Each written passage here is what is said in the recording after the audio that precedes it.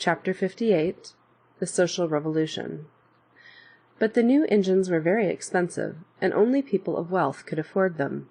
The old carpenter or shoemaker who had been his own master in his little workshop was obliged to hire himself out to the owners of the big mechanical tools, and while he made more money than before, he lost his former independence, and he did not like that. In the olden days, the work of the world had been done by independent workmen, who sat in their own little workshops in the front of their houses, who owned their own tools, who boxed the ears of their own apprentices, and who, within the limits prescribed by their guilds, conducted their business as it pleased them. They lived simple lives, and were obliged to work very long hours, but they were their own masters. If they got up and saw that it was a fine day to go fishing, they went fishing, and there was no one to say no. But the introduction of machinery changed this. A machine is really nothing but a greatly enlarged tool.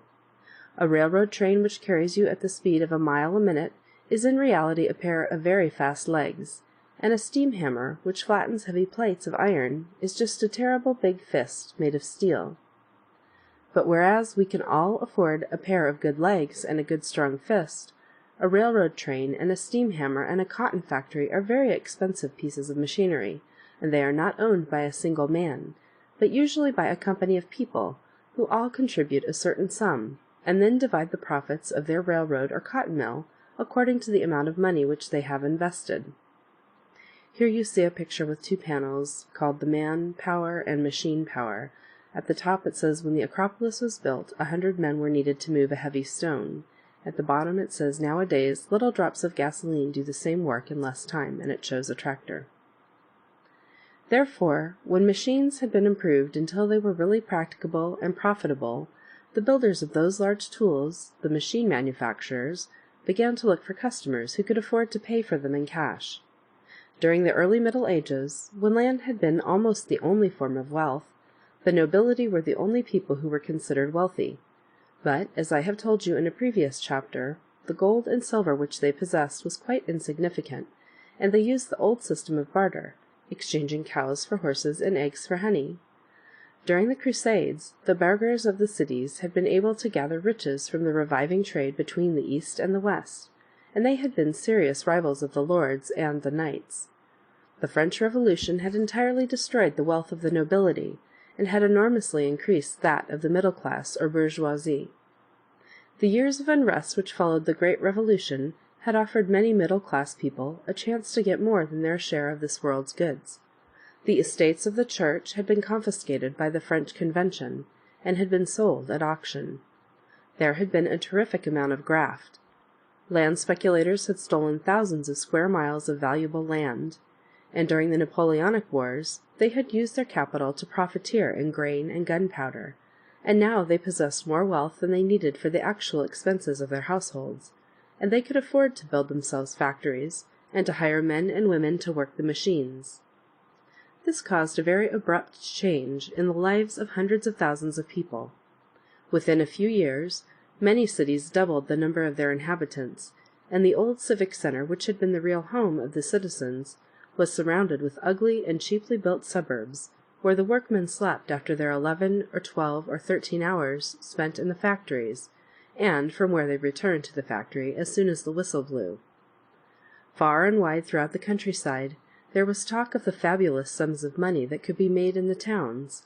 The peasant boy, accustomed to a life in the open, went to the city. He rapidly lost his old health amidst the smoke and dust and dirt of those early and badly ventilated workshops, and the end, very often, was death in the poorhouse or in the hospital. Of course, the change from the farm to the factory on the part of so many people was not accomplished without a certain amount of opposition. Since one engine could do as much work as 100 men, the 99 others who were thrown out of employment did not like it.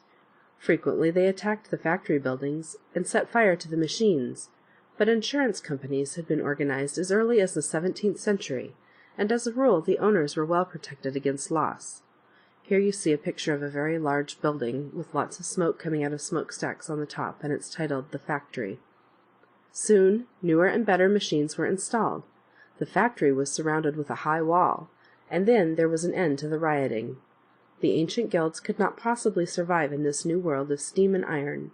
They went out of existence, and then the workmen tried to organize regular labor unions.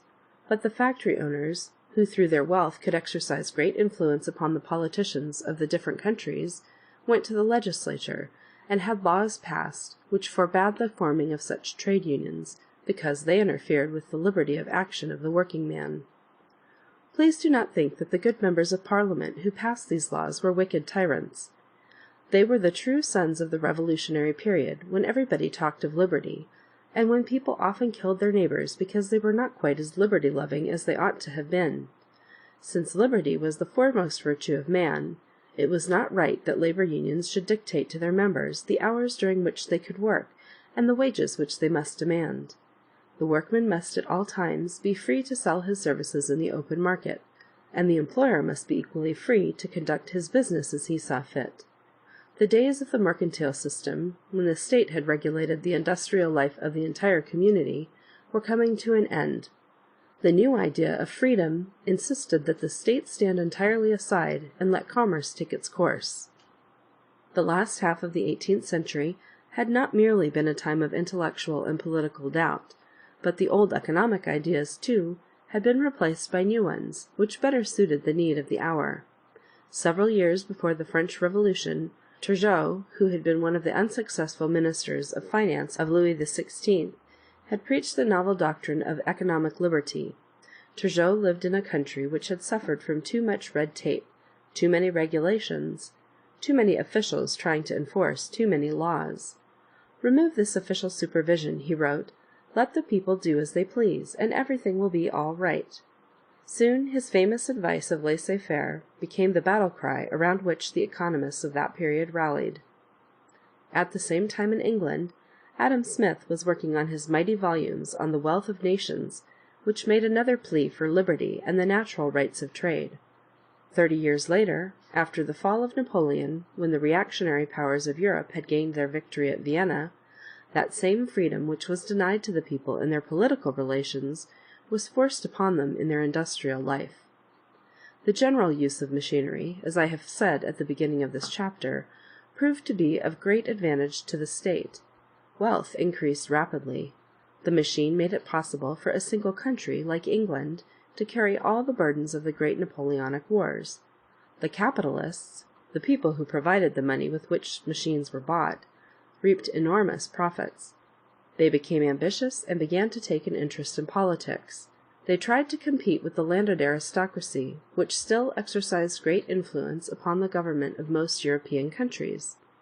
In England, where the members of Parliament were still elected according to a royal decree of the year 1265, and where a large number of recently created industrial centres were without representation, they brought about the passing of the Reform Bill of the year 1832, which changed the electoral system and gave the class of the factory owners more influence upon the legislative body.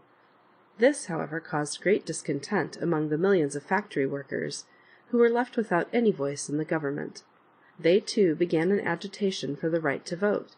They put their demands down in a document which came to be known as the People's Charter. The debates about this charter grew more and more violent. They had not yet come to an end when the revolutions of the year 1848 broke out. Frightened by the threat of a new outbreak of Jacobinism and violence, the English government placed the Duke of Wellington, who was now in his 80th year, at the head of the army, and called for volunteers. London was a place in a state of siege, and preparations were made to suppress the coming revolution. But the Chartist movement killed itself through bad leadership, and no acts of violence took place.